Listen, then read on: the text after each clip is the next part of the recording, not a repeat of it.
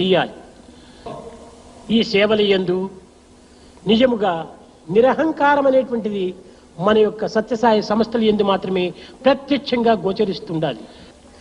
ఈ అహంకారము చావాలంటే నిజమైనటువంటి యొక్క ప్రేమ పెరగాలి. ప్రేమ స్వరూపులారా, జన్మకు కర్మమే కారణం. కనుక ప్రతి మానవుడు కూడాను కారణ జన్ముడే. కర్మ ద్వారా జన్మించినటువంటి ఈ జన్మకు ధర్మము ప్రధాన పురుషార్థము.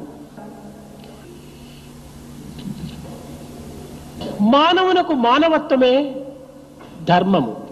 మానవత్వం అనగా ఏమిటి?